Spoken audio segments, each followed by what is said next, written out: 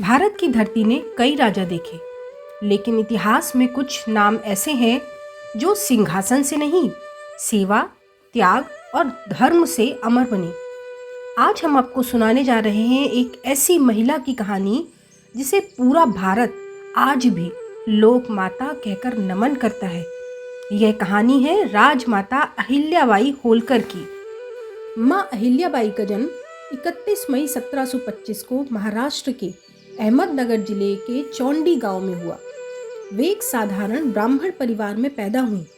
बचपन से ही उनमें भक्ति, अनुशासन, सेवा भावना और नेतृत्व के गुण दिखाई देते थे। कहा जाता है कि जब वे मंदिर में शिव पूजन कर रही थीं, तभी मालवा के सेनापति मल्हार राव होलकर की दृष्टि उन पर पड़ी।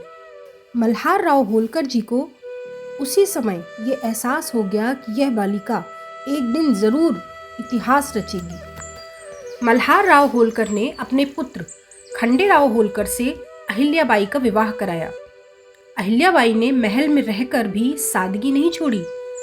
वे सदैव प्रजा की सेवा करती, धार्मिक ग्रंथ पढ़ती और शासन की बारीकियां सीखती रहती। 1754 में खंडेराव होलकर युद्ध में शहीद हो गए।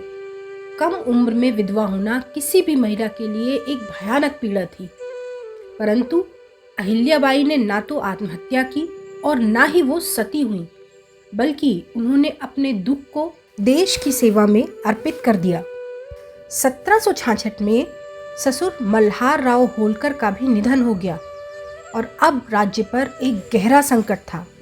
1767 में अहिल्याबाई ने मालवा की बागडोर संभाली। उस युग में महिला शासक को स्वीकार करना समाज के लिए अत्यंत कठिन था। उन्होंने बहुत विरोध झेला, पर उन्होंने अपने कार्यों से हर विरोध को शांत कर दिया। उन्होंने महेश्वर को अपनी राजधानी बनाया। यह नगर आज भी उनकी न्यायप्रियता की गवाही देता है। अहिल्याबाई प्रतिदिन खुद दरबार लगाती थीं। वे कहती थीं, राजा का सबसे बड़ा धर्म है प्रजा की रक्षा करना। उनके शासन में किसान सुरक्षित थे, व्यापार फला फूला, स्त्रियों को सम्मान मिला और अपराध बहुतायत में घट गए, जिससे जनता ने उन्हें लोक माता कहा। अहिल्याबाई होलकर भारत की सांस्कृतिक पुनर्निर्माता थीं। उन्होंने देश भर में सैकड़ों मंदिर, घाट और धर्मशालाएं बनवाए।